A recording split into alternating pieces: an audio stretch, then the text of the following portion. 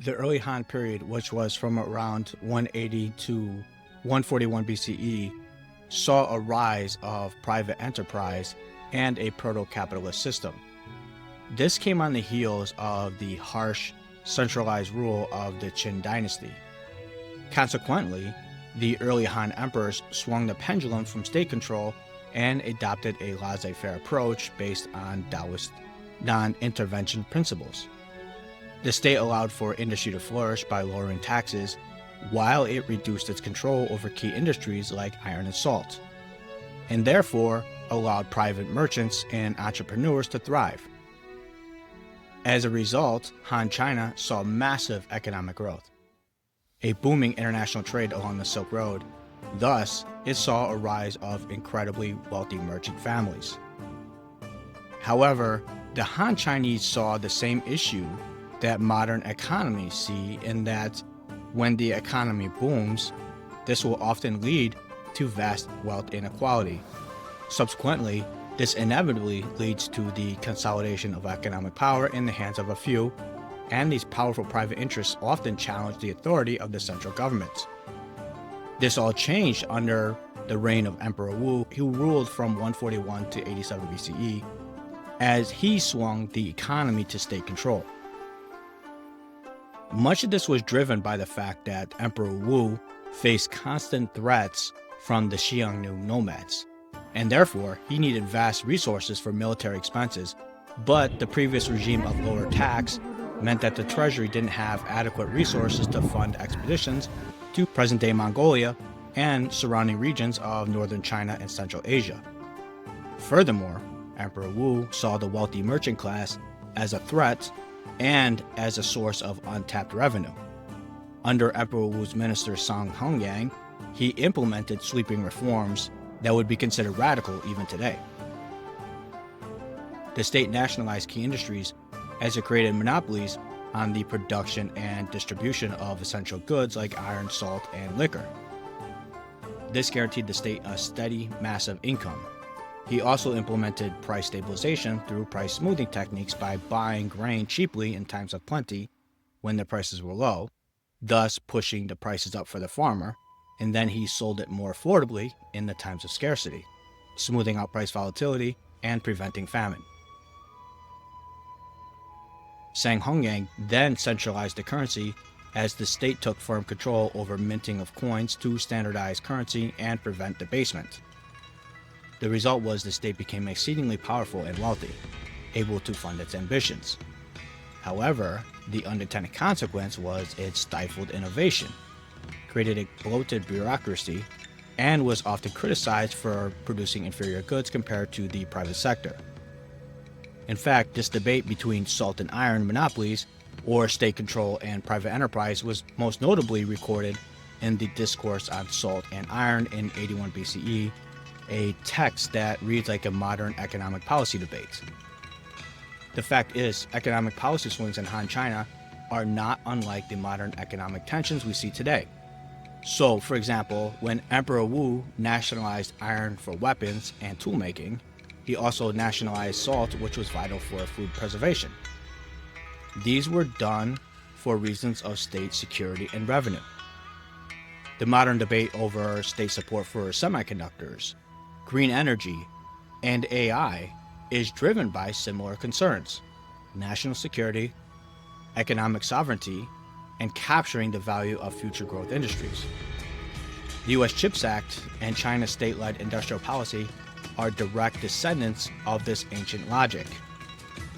The Han state struggled with merchant families so powerful that they could host 1,000 guests, own vast lands, and influence politics.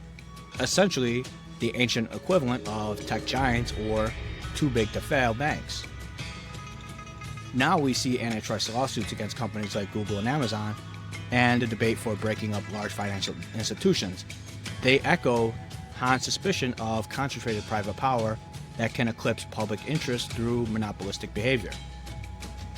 Emperor Wu's struggle to maintain a stable, state-controlled currency and prevent private minting is a primitive form of central banking. This compares to the role of the Federal Reserve or the European Central Bank in controlling the money supply setting interest rates, and ensuring financial stability in a sophisticated evolution of the same principle.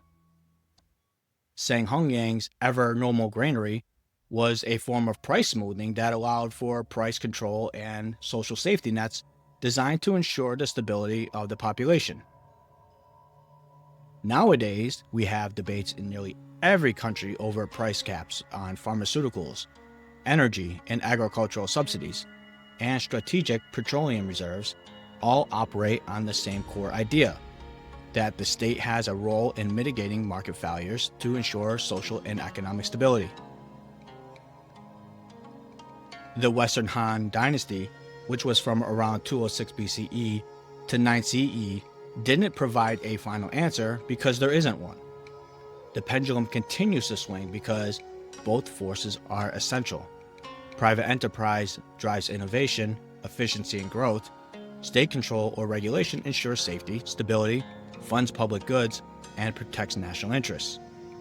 The genius of the Western Han system and modern systems has often been in its pragmatism, meaning its willingness to swing the pendulum towards whichever approach is deemed necessary for the times.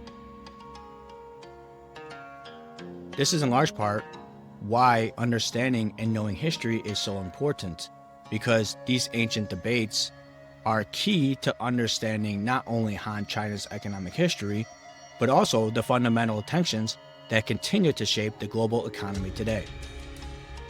What makes China's story particularly fascinating is how these developments occurred largely in isolation. Separated from other ancient civilizations by vast natural barriers, China cultivated revolutionary innovations without external influence. Their metallurgists created steel 1700 years before Europe. Their mathematicians embraced negative numbers and correctly calculated pi as 3.14, while Western counterparts dismissed such concepts. Their engineers pioneered deep borehole drilling, reaching depths of 600 meters during the Han Dynasty, and became the world's first society to develop a fossil fuel market. Perhaps most relevant to our contemporary challenges is Wang Mang's cautionary tale of economic reform. His well-intentioned efforts to address wealth inequality through land redistribution and currency reforms created chaos when poorly implemented. His introduction of 28 different currencies simultaneously destroyed market confidence and triggered disastrous inflation, a sobering lesson for modern monetary policy experiments. The wealth gap in late Han China bears an uncanny resemblance to modern America. Records show farming households barely earned enough to cover basic subsistence and taxes, while officials earn 6 times more, remarkably similar to the income disparities today, where 60% of American households struggle with essential costs of living. In fact, in modern America, the wealthiest country in the world, it's not uncommon for households to have to decide between paying for prescriptions or groceries. This deep dive into China's financial history is the 6th of 7 episodes. This series is designed to offer more than historical curiosity, but instead to look at how we navigate our own economic crossroads by looking into the past. I am Mike D. If you like what you hear, please subscribe and follow to continue this journey through the fascinating evolution of money, banking, and trade across various civilizations. The absence of formal credit institutions in the Han Dynasty, coupled with the prevalence of debt bondage, strongly suggests that private money lending was a fundamental but informal part of the economy. There were no banks or state credit. Unlike later imperial eras, the Han lacked institutional credit systems. Loans were arranged privately, often between wealthy landowners and merchants and the peasants or small artisans. However, on occasion, especially under Wang Mang, the government tried to regulate lending by imposing maximums on interest, but enforcement was somewhat limited. In other words, they had regulations, but no way to enforce those regulations. The business of agriculture meant farmers experienced certain cycles. Therefore, they needed loans to bridge the gaps between planting and harvest, especially after bad years when they faced extremes of too much water from floods or not enough water from droughts. Grain loans were particularly more common than loans in coin. Poor harvests or trade disruptions could trigger waves of defaults, destabilizing entire communities or even regions.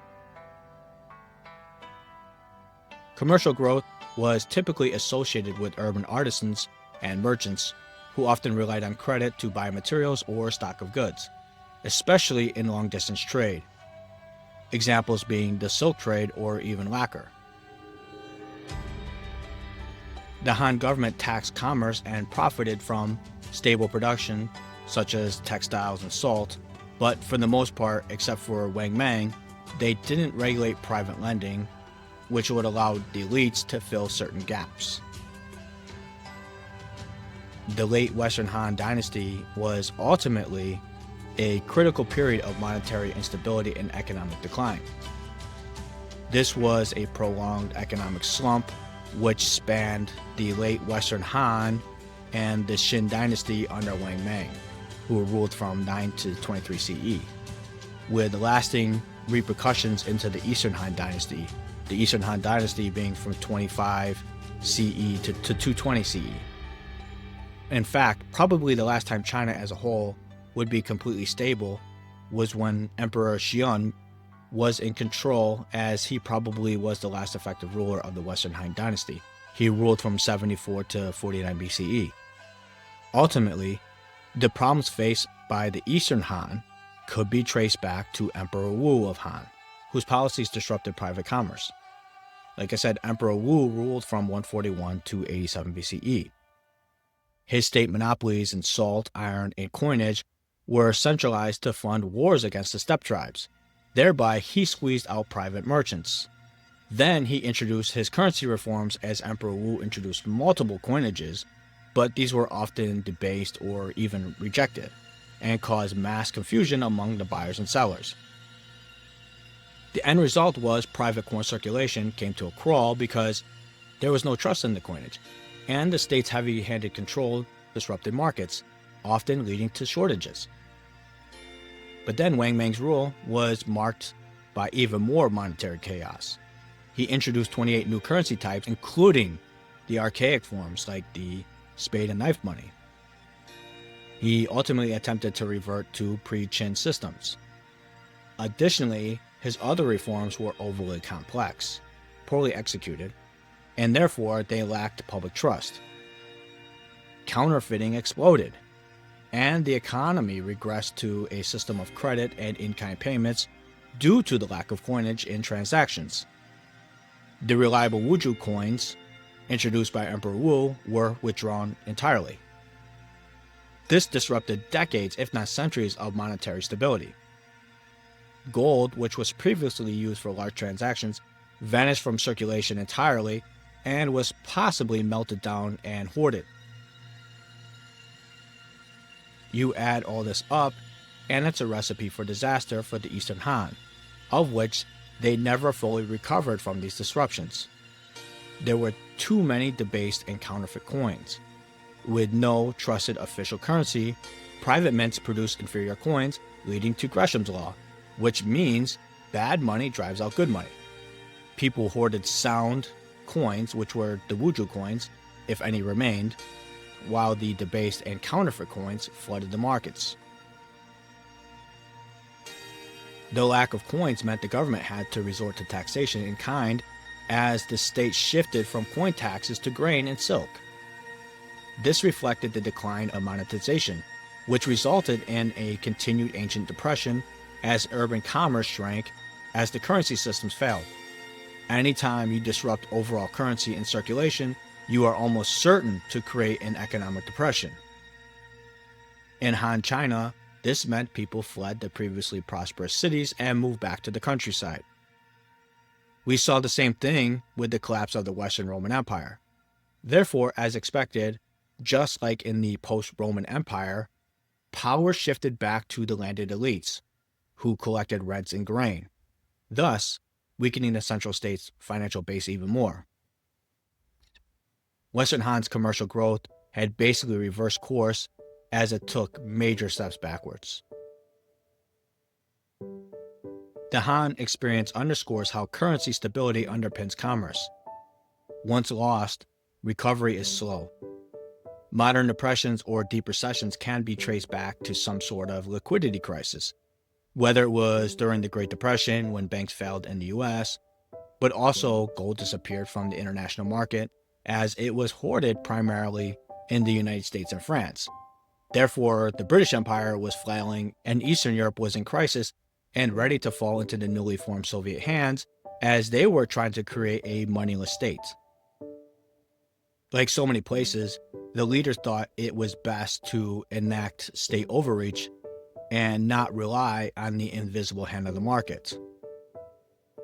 Both Emperor Wu and Wang Mang prioritized state control over practicality. Thus, they were probably directly responsible for the destabilization of the macro-level economy. The stress in the economy meant that the Eastern Han started out in severe stagnation. It was only enhanced when the Eastern Han failed to restore sound coinage, contributing to its long-term fiscal weakness, culminating in a collapse in 220 CE. In addition, much of what happened was probably more comparable to the Western Roman Empire. There was a similar debasement known as the 3rd century crisis, which led to inflation and a partial return to credit. Instead of taking payments through coin, though Rome retained gold as the standard, unlike China, which used cheap bronze or copper coins. In reality, the late Western Han to Eastern Han transition ended up in a deep depression, so much so that it could be more accurately viewed as a monetary dark age. Wang Mang's reforms, while well-intended, were poorly executed. Thus, this accelerated the collapse of the once flourishing coin-based economy, pushing China towards ruralization, as people fled the once prosperous cities, and then the double whammy of a demonetized system that endured for centuries. This period serves as a cautionary tale about the dangers of monetary experimentation without institutional safeguards. The Eastern Han's early years were anything but stable. Peasants, bearing the brunt of the turmoil, grew increasingly disillusioned with the government's mismanagement. Compounding their grievance was the presence of imperial troops roaming their heartland, a constant reminder of the fractured authority. Meanwhile, no fewer than 11 rival claimants vied for the throne, plunging the empire into a prolonged conflict. Emperor Guangwu, the dynasty's founder, spent over a decade battling these challenges before he finally secured his reign in 36 CE and restored a fragile peace. He restored the administrative divisions and commanderies and small kingdoms, which he gave to his family members. Despite granting leniency by relaxing harsh inherited laws, Emperor Guangwu still faced persistent challenges. For one, he had to deal with the Xiongnu incursions along the northern frontier from Mongolia, to a full-scale rebellion in the southern territories in modern-day northern Vietnam. Yet, through his reign until 57 CE, he managed to impose an era of stability that the fractured empire desperately needed. Emperor Ming, Guangwu's successor, ruled with an iron fist. He brutally suppressed any suspected plots against him, including one instance where thousands were slaughtered to root out conspirators. Yet, history remembers his reign favorably, largely due to ambitious public works projects that revitalized the economy. Most critically, he restored canals, dikes, and water systems devastated by the Yellow River's catastrophic floods earlier in the century. The repaired infrastructure boosted agricultural outputs, cementing the Eastern Han's recovery. He died in 75 CE, succeeded peacefully by his son, Emperor Zhang. What's particularly striking during the early part of the Eastern Han period is the persistent mismatch between external perceptions of China and its internal economic realities. Pliny the Elder, who was living around 23 CE to about 80 CE, famously complained about the Roman Empire's gold drainage eastward to pay Chinese silk. suggesting a robust trade. But the idea of the Silk Road during the Han Dynasty is more myth than reality. Most of the Chinese goods would have come to Europe through other means. In fact, most goods from China traveled through a combination of land and sea routes that weren't solely reliant on the Silk Road. While the overland Silk Road was a vital network connecting China to Central Asia and the West, it was particularly known for luxury items like silk, and according to the Council on Foreign Relations, there were several factors that would have led to alternative trade routes being more prevalent for many goods. First off, the term Silk Road itself was coined much later, and is misleading because a wide variety of goods beyond just silk were traded along these routes. And for many of the products and destinations, other routes would have been more practical. Spices from Southeast Asia and China were primarily transported along a maritime Silk Road, which linked port cities across the Indian Ocean through India and the Arabian Peninsula. These sea routes were particularly effective for transporting bulky and heavy goods, which often made their way into Rome. Additionally, the southwestern route existed, connecting parts of China like Sichuan and Yunnan to India and Southeast Asia, traversing through Burma and Bangladesh. In essence, trade around 50 CE was a complex web of interconnected routes, land and sea, adapting to geography, the nature of the goods being traded, and the specific markets involved.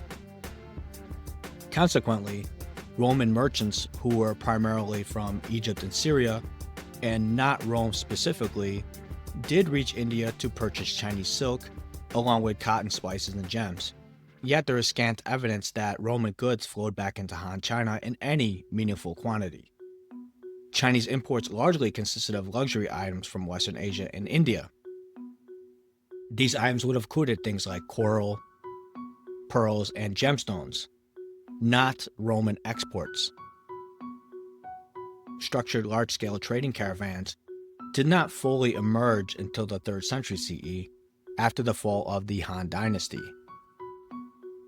Before then, the spread of Han luxury goods, such as silk, lacquerware, and bronze mirrors, was moved across Central Asia and was driven less by commerce and more by tribute exchanges, diplomatic gift-giving, and the occasional plunder. This disconnect between foreign perceptions of a silk-dominated trade network and the actual fragmented nature of exchanges underscores how state-driven and irregular long-distance economic interactions were in Han times. During the Age of Exploration, the Spanish extracted vast quantities of silver from the Potosi mines in Bolivia.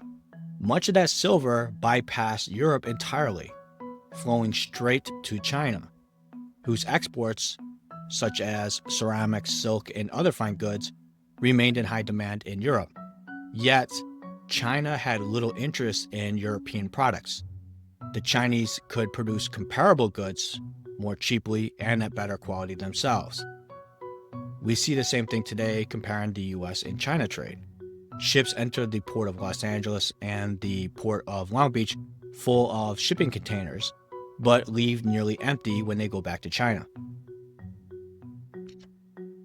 In that sense, today's trade imbalances with China aren't new. They are a continuation of a pattern that is thousands of years old. Emperor Zhang, who ruled from about 75 to 88 CE, continued his predecessor's legacy by prioritizing competent and honorable officials in his administration.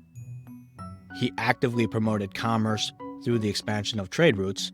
Emperor Zhang accelerated the overall expansion of the economy. True to his Confucian principles, he maintained an ethos of humility throughout his reign until his death in 88 CE. Together with his father Emperor Ming, Zhang presided over what historians regard as Han China's second golden age, an era defined by sustained peace, technological innovation, economic growth, and widespread prosperity.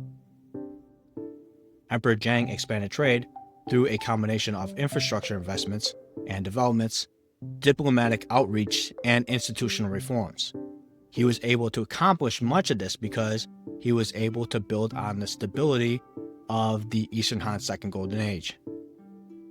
Zhang reaffirmed Han's control over the Tarim Basin, which is modern-day Xinjiang. This control meant that he was able to secure critical segments of the early Silk Road. In order to make trade safer, he maintained garrison outposts similar to those of the protectorate of the Western Han regions to protect merchants from the Xiongnu raids. This safety reduced long-distance trade risk, meaning traders could scale up their operations without excessive fears of being wiped out by bandits. The end result was trade expanded greatly. Consequently, the Han had established exchanges with Parthia, India, and Central Asian states, ensuring silk, jade, and spices flowed westward. The Silk Road ultimately made its way to the Kushan Kingdom, which was centered in modern Afghanistan. The Kushan became the crossroad of trade routes that extended eastward to China and southward to India and across the Arabian Sea to the Roman world. The Kushan Empire controlled key sections of the Silk Road, which connected the Roman Empire to the west with the Han Empire of China to the east. This gave them control over vital segments of the trade routes between these two powerful empires. The Kushans became essential intermediaries as they ensured the safe passage of goods, and they also imposed taxes on passing caravans. This generated substantial revenue for the empire. While silk was a highly sought-after commodity, especially in the Roman Empire, the Kushans were involved in trade of a wide array of goods from various regions. Chinese goods came from the east, and these would have included silk and spices. The Roman Empire sent goods through this region of Afghanistan from the west. These would have included items such as gold, silver, painted glass, and bronze. From the south in India, spices, gems, timber, cotton, carved ivory, and lapis lazuli, which was a bright rock that was used for decoration in jewelry. In addition, horses were sent to India from Central Asia, along with various metals that passed through the Kushan Empire. The thing about trade is, it's not just the physical goods that are exchanged. The exchange of ideas, beliefs, art, and sciences and mathematics are also shared between cultures.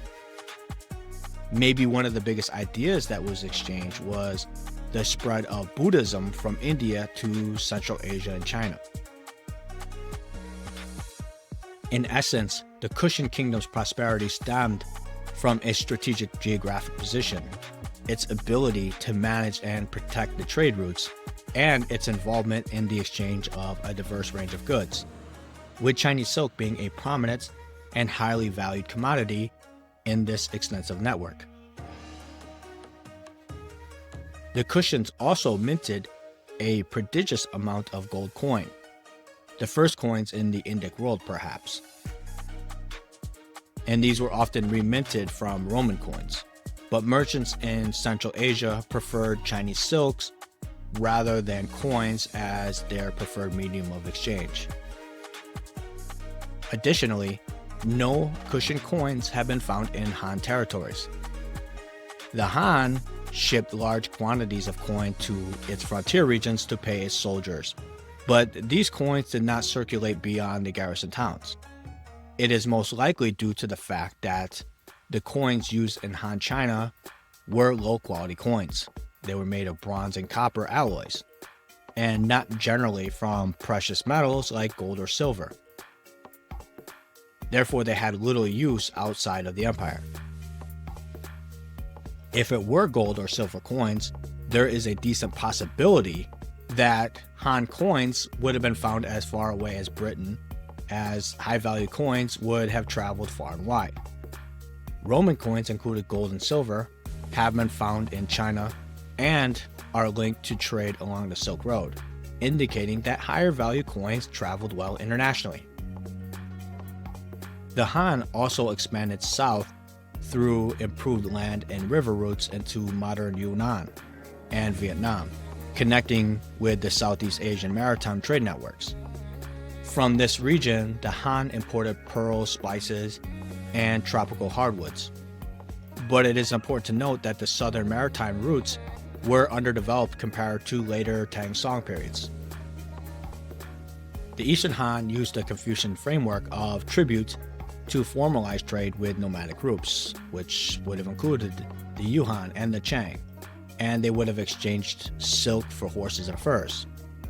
They even sent envoys to Central Asia to negotiate safe passage for merchants, thus reducing banditry risks. Despite goods flowing to the Roman Empire from Han China, the misconception is goods were carried all the way from China directly to Rome. The fact is, the Han did not have any direct trade with the Roman Empire. However, the trade was more indirect trade with Rome during Emperor Zheng's era, as Roman coins reached China through Parthian and Indian intermediaries. In other words, the Silk Road that we think of had remained a chain of middlemen until at least the 2nd century CE. Emperor Zheng's institutional reforms also made trade more efficient, such as he helped standardize certain weights and measures, and then he lowered taxes on certain goods to reduce fraud and encourage commerce. He also established official markets in Luoyang and Chang'an, with designated trade quarters for foreign merchants. In addition, he repaired roads and canals inherited from Emperor Ming. Most notably, he repaired the Hangzhou Canal, which ultimately allowed for increased grain and commodity transport. By 88 CE, Chinese silk had become a de facto currency in Central Asia. It would have been traded for horses, which were obviously critical for its cavalry. In addition, it was also traded for jade. Jade is a generic term for two types of gemstones. They were both known for its toughness, durability, and vibrant colors, particularly green. Jade has been valued for centuries in various cultures for ornamental and ritualistic purposes, especially in China. While trade was expanding, the Chinese had developed advanced iron tools, such as plowshares, which spread along trade routes. These tools, along with other iron farming tools like spades, shovels, picks, and hoes, allowed for Chinese farmers to work the land more effectively. They could till deeper, control weeds and pests more efficiently, and manage soil moisture better, leading to improved yields. The development of sophisticated techniques like deep tilling further enhanced productivity. This allowed them to increase their output by boosting economies of scale. Thereby, they were able to increase agricultural output at lower costs. In addition, foreign luxuries, such as Indian ivory, also appeared in elite Han tombs, confirming its trade's reach. Ultimately, Emperor Zheng's policies laid the groundwork for the peak silk trade routes under his successors, blending state oversight with private merchant networks, which would become the hallmark of the Han political economy. What this all meant was wealth was flowing through the Eastern Han. In fact, the great estate owners of the Eastern Han were so wealthy that their assets were measured in the billions of coins. However, these estate owners were hamstrung by the fact that they didn't have the ability to invest their excess savings into third-party investments, because China hadn't developed sophisticated partnerships that were common in Mesopotamia even a millennia prior. Despite that, by the time Eastern Han had stabilized, one of the biggest sectors in the Chinese economy was their iron making. During the Western Han, iron was monopolized by the states. Therefore, the smaller bloomery furnaces appeared to have disappeared entirely, as they were consolidated into much larger state-run furnaces. Even after the Eastern Han government had rescinded its iron monopoly and privatized iron production in 88 CE, iron manufacturing remained confined to large-scale blast furnaces and foundries. The blast furnace technology and the economies of scale achieved by state ironworks in the Han apparently rendered the bloomery technology economically obsolete. This technology was so far ahead of its time that Europeans didn't adapt to this large-scale iron smelting until the 12th century CE. So China was essentially 1,000 years ahead of the Europeans when it came to iron. One notable contribution of the state workshops during the Han Dynasty was the development of papermaking. Needless to say, paper revolutionized record-keeping, literature, and communication. It would have replaced cumbersome bamboo slips and expensive silk. Unlike earlier writing materials, paper was lightweight, durable, and relatively easy to produce, which would have enabled the spread of knowledge across the empire. From bureaucratic documents to Buddhist scriptures, poetry, and printed books, which was another Chinese innovation, paper became the foundation of global literacy and administration. Its technology traveled westward via the Silk Road, eventually reaching the Islamic world by the 8th century, and by Europe by the 12th century, fueling the Renaissance and the scientific revolution. Early Egyptian papyrus and Eastern Han Chinese paper differed significantly in their creation and characteristics. Egyptian papyrus was made by slicing the inner stem of the papyrus plant into thin strips, then layering and pressing them together, sometimes with adhesive, to create a sheet. Eastern Han Chinese paper was produced by processing fibrous materials such as bark, hemp waste, and even old fishing nets into a pulp, where it was suspended in water, then screened and pressed to form a sheet. Egyptian papyrus had flaws as it was relatively fragile and tended to crack when folded. Eastern Han Chinese paper had a more consistent structure and was more flexible and durable than papyrus. The invention of paper in Han China was important because it modernized communication, education, and therefore the spread of knowledge. It provided a readily available, inexpensive, and portable writing material that surpassed previous options like bamboo, wood, or silk. This led to wider literacy and mass production of books. Furthermore, the earliest documented use of paper money by the Chinese occurred during the Tang Dynasty, which was from 618 to 907 CE, when foreign merchants were likely required to deposit coins or other valuable assets to use the flying cash system, just as domestic merchants were already required to do. The system was not specific to Chinese citizens, but was a tool for anyone to engage in long-distance trade. So while productivity increased, new innovations and re-engineered products made its way through the economy and state infrastructure projects. This generated new wealth for the dynasty, and therefore the Eastern Han were experiencing a new golden age. But China is old, and old societies inevitably experience numerous pendulum swings throughout their long histories. Times were good, but that meant, sooner or later, the pendulum would swing in the other direction. I want to thank you for taking your time to listen or watch this episode, and hopefully the episodes prior. I have one more episode left about China. The next episode will be the last in this ancient Chinese series, as we will go into the collapse of the Han Empire. If you like what you hear and want to donate to the show, you can visit us at patreon.com/history of money banking trade, or you can visit our website at moneybankingtrade.com. Thank you very much. Talk to you soon.